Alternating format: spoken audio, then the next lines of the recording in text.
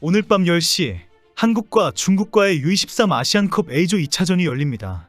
중국에서는 반드시 이기겠다는 선수들의 인터뷰가 계속 소개되고 있습니다. 일부 중국인들은 제발 이겨주기를 응원하기도 합니다. 그러나 대부분 중국인들은 나는 미래를 볼 줄 아는 초능력이 있다. 중국이 패배한다고 예언해주겠다라는 반응입니다. 이런 상황에 오늘 중국에서 중국 대표팀이 한국전에서 비밀병기를 출전시킬 수도 있다는 지적이 나왔습니다. 일본전에서 교체 출전해서 필드 플레이어로 뛴 골키퍼에 관한 이야기입니다. 잠시 구독자분들에게 안내 말씀드리겠습니다. 일본 전문 채널로 유명해진 프렘프씨가 잠시 축구 채널로 변신해왔습니다. 전 세계 소식과 일본의 행태와 현실은 아주 중요한 주제이기 때문에 새로운 채널 뉴스 브릿지를 개설했습니다. 구독과 알림 설정으로 응원해주시면 다시 정통 시사 채널로 성장하겠습니다. 오늘 일본의 소식이 궁금하시면 지금 바로 링크를 클릭하시고 구독해주시면 감사하겠습니다. 일본은 중국전에서 후반 43분 충격적인 상황을 맞이하면서 큰 혼란이 일어났습니다. 2m 골키퍼로 유명한 유진용이 최전방 공격수로 투입되었기 때문입니다. 골키퍼가 필드 플레이어로 투입되는 변칙작전에 일본 벤치는 상당히 당황했다고 알려집니다. 게다가 유니폼의 이름과 백넘버가 적혀있는 정식 유니폼이었습니다.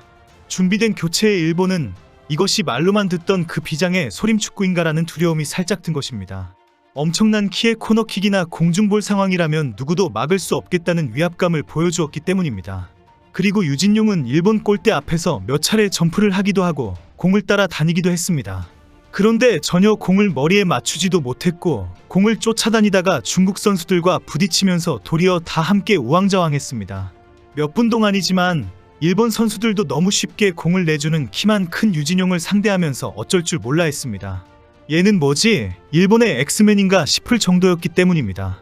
일본 벤치는 도대체 저게 뭔가라고 했고 중국 중계진들도 중국에 비장의 무기가 있나 라며 계속 지켜보았습니다. 그리고 유진용은 키 큰 중학생이 공을 쫓아다니다가 민폐만 끼치는 꼴이 되었고 경기 종료 휘슬은 울렸습니다. 경기가 끝나고 난 뒤에 일본과 중국 중계진에서는 어이가 없다는 반응이 쏟아졌습니다. 중국 SNS에서는 전술의 천재라는 별명으로 중국 챙야오동 감독을 조롱했습니다. 소후에는 이런 수준이 중국의 올림픽 대표팀 감독이다. 오랫동안 국가대표팀을 지도했다는 것이 중국 축구의 큰 비극이다라고 비난하는 글이 올라왔습니다. 골키퍼 유진용도 경기 후 나도 공격수 출전은 처음이다. 연습대에 몇 번 뛰어보기만 했다. 나는 감독의 지시만 받았을 뿐이다라고 밝혔습니다.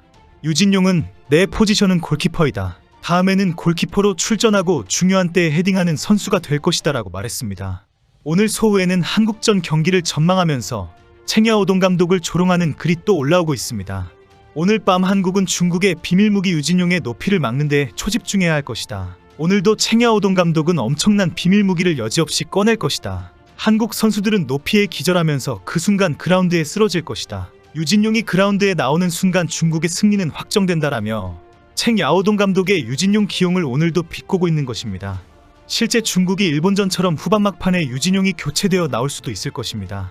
축구 역사의 길이 남을 2m 골키퍼의 연속 출전 기록을 세우는 감독으로 남고 싶어 할지도 모릅니다.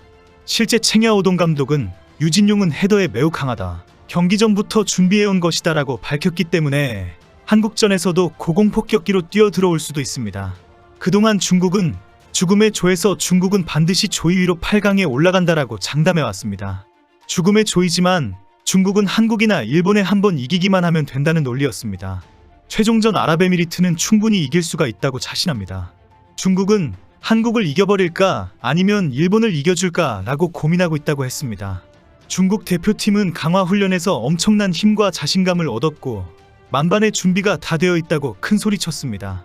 소우닷컴에 올라온 경기 예상 전망 기사에서는 한국 대표팀에 대해서 중국의 오랜 라이벌이라고 표현했습니다.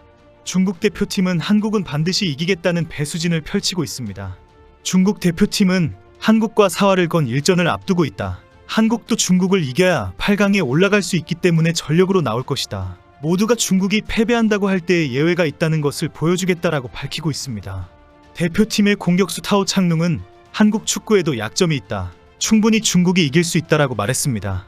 타오 창룽은 중국 언론과의 인터뷰에서 우리는 한국과 일본과 같은 조가 된 것에 큰 압박을 받지 않고 있다. 한국과 일본에도 기술적, 전술적 플레이에 약점이 있고 중국에 우리만의 특징이 있다. 상대보다 더 열심히 뛰면서 우리의 강점을 발휘할 기회가 많을 것이다 라고 말했습니다. 중국 네티즌들은 타오창농의 발언에 대해 중국의 특징이 무엇인지 나는 들어본 적이 없다라는 비난이 쏟아지고 있습니다. 최근에는 중국이 한국 대표팀 주장 변준수의 발언을 문제 삼으면서 그냥 두지 않겠다는 반응이 쏟아졌습니다. 변준수가 한국을 떠나면서 일본전을 잘 준비하겠다라고 말하면서 중국을 두려워하지 않고 무시했다는 것입니다. 중국 언론과 SNS에서는 같은 조에 있는 중국을 언급하지 않는 것은 무례한 짓이다. 큰 코 다치게 될 것이다 라는 지적을 했습니다. 소우닷컴에 쏟아진 기사들은 대부분 한국 대표팀은 큰 망신을 당할 것이다 라고 주장합니다. 기사는 중국 축구는 최근 상당한 경쟁력을 보이고 있다. 아시안컵에서 한국과 일본을 놀라게 할 능력은 충분히 있다라고 주장했습니다. 변준수의 발언이 결국 한국 대표팀에게 최악의 상황을 가지고 오는 원인이 될 수 있다고 경고했습니다. 한국이 중국을 무시하고 있는 그런 태도 때문에 예상치 못한 어려움에 직면하게 될 가능성이 높다. 중국이 강하게 밀어붙이면 한국은 크게 당황할 것이다. 결국 자만심 가득한 변준수의 발언은 중국에게 기회가 되고 있다라는 주장입니다. 이런 허무맹랑한 소설과도 같은 황당한 주장이 중국 포털 사이트에 쏟아진 것입니다. 중국은 지난 일본전을 앞두고도 언론을 총동원해서 승리를 자신했습니다. 중국 내 축구 전문가로 유명한 저명 해설자 둥루는 이제 일본 축구는 끝이 났다. 중국의 승리를 예상한다라고 해서 큰 박수를 받았습니다.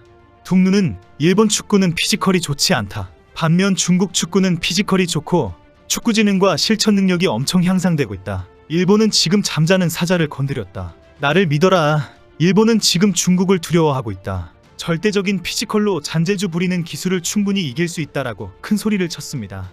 이후 열린 경기에서 중국은 한 명이 부족한 일본에게 끝내 0대1의 패배를 했습니다.